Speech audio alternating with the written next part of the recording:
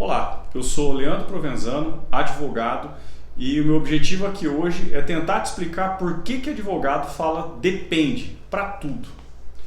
Bom, realmente se você tem uma conversa um pouco mais franca com o seu advogado, você já deve ter se deparado com algumas vezes ele falando depende. Então, o advogado quase nunca pode responder para o cliente uma coisa com tanta precisão, porque tudo depende.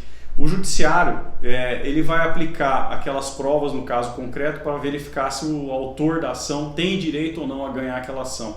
Então depende de uma interpretação do magistrado. Quanto tempo vai durar o processo? Depende de qual cartório que cai, depende de qual que é o objeto da ação, depende de várias variáveis no meio desse processo. Então o advogado quase nunca pode te dar uma certeza do que vai acontecer no seu processo. Lógico, ele tem o conhecimento técnico para analisar as provas, analisar os documentos e verificar e te falar, olha, aqui nesse caso você tem grandes chances de ganhar a ação, mas quase nunca ele vai poder falar, você tem 100% de certeza de ganhar essa ação. E quando o advogado falar isso para você, se por acaso você ouvir um advogado falando isso, já desconfie, porque a justiça ela não segue sempre o mesmo caminho. Decisões que antigamente eram de um jeito, hoje já é analisada de uma outra maneira.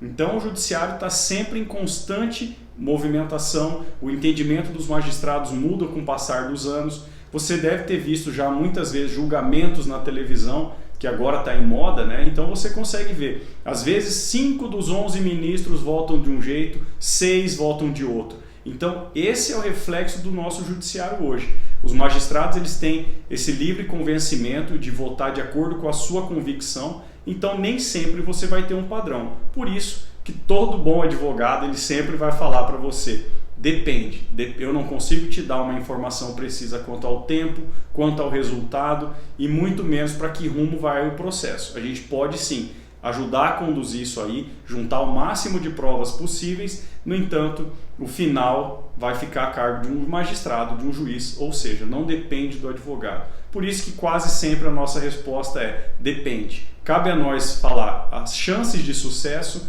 e o que pode acontecer no melhor e no pior caso. Então, essa é a forma que a gente sempre age e assim a gente espera estar agindo com maior transparência com o nosso cliente.